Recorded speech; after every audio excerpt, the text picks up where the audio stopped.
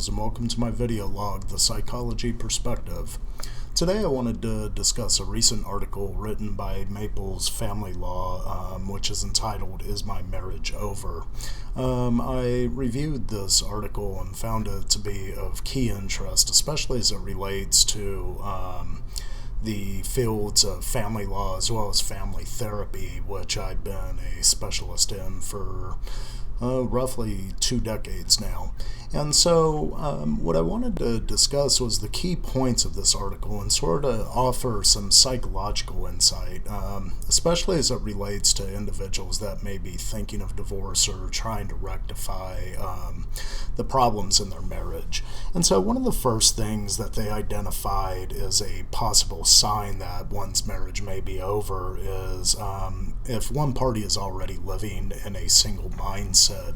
One of the first questions that I always have when meeting new people is, are they trying to make their relationship work, or are they trying to break it in an amicable fashion? A lot of times divorce, especially in California, divorce basically doesn't have to be decided by both parties. It could be one party that decides that they wish to leave a marriage, and the other party really doesn't have a right to contest that. And in this state, it's called a no-fault divorce. And so if one party's already living in a single mindset, what ends up happening is they tend to, they may be secretive about this, they may be isolative, and they may have already grown out of the relationship. So the key factor is, if one is already living in a single mindset, they may be gravitating towards that. If both parties are actually wanting to work on the aspects of marriage, there are some areas that can be focused on, especially from a psychological perspective.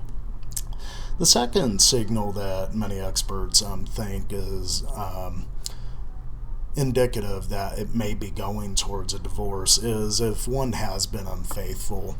Now, this is usually a time bomb for any relationship because it really hits at the foundational level of trust that's built between partners, and especially as it relates to sexual unfaithfulness, or in recent years, I've seen increases in social media unfaithfulness. And so these areas can be time bombs for any relationship. There's areas of trust that gets broken, especially as it relates to how we interact with others, whether the unfaithfulness is sexual in nature or just problematic as it relates to communication with others. Once the trust is broken, there's key elements that need to be reestablished if the relationship's going to continue. Number one, trust is built upon two tenets and two tenets only. One, once it's broken, there has to be a blind leap of faith. A person really has to make that effort to give trust again in order for trust to be reestablished, because the main tenet of any form of a trusting relationship is consistency in action over time, and a person can't redevelop trust and redevelop that consistency in their actions over time if a person's not willing to give it first. And so that's an important part to remember, especially as it relates to the idea of being unfaithful within a relationship. The trust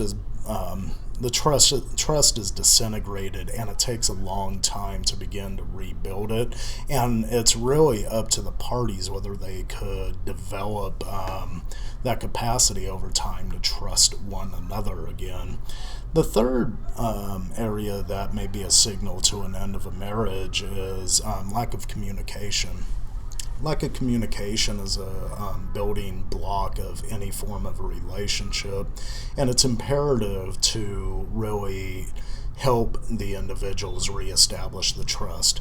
If there's an issue of trust that is present, part of part of the way to work through this is to develop healthy forms of communication about one's feelings and to find satisfaction and fulfillment within the communication that's present between you and your spouse. This is really an area, trust and communication, where therapy can help individuals, especially as it relates to re-engaging in the relationship, because the paramount importance here is to find mutual direction between you and your spouse and to communicate that those feelings towards that direction and to assist one another in the hurdles that are there.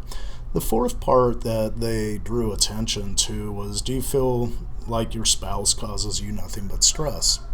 Relationships in general are stressful. We are born of two completely differing mindsets, and what ends up happening, we come with a whole series of baggage personally from our own growing experiences, and our spouses do also. And what happens within the context of relationships is these issues of baggage get played off one another, and they tend to bring in a lot of dynamics that are very similar to things we may have grown up with. And so if your spouse is causing you nothing but stress, one of the first things to look at is whether the stress is internal, i.e. is it your stuff, or is it literally something that your spouse is doing. Now, part of the stress that relationships cause is a lack of boundaries or a lack of rules within the relationship. As soon as you said, I do, you weren't necessarily handed a rule book or a playbook. And so you bring with you your own relationship expectations based a lot of times on how you watched your parents interact and your friends interact. And these, while you may have had a positive experience or bad experience, may not necessarily coincide with your spouse's view of a relationship, because they actually bring with them very similar sets of values or differing sets of values. And so if the relationship is causing you stress in general, first take a look at it if it's internal, and then take a look at it if it seems to be an external factor. And psychology in this essence can help, especially as it relates to identifying and compartmentalizing what are the sources of stress.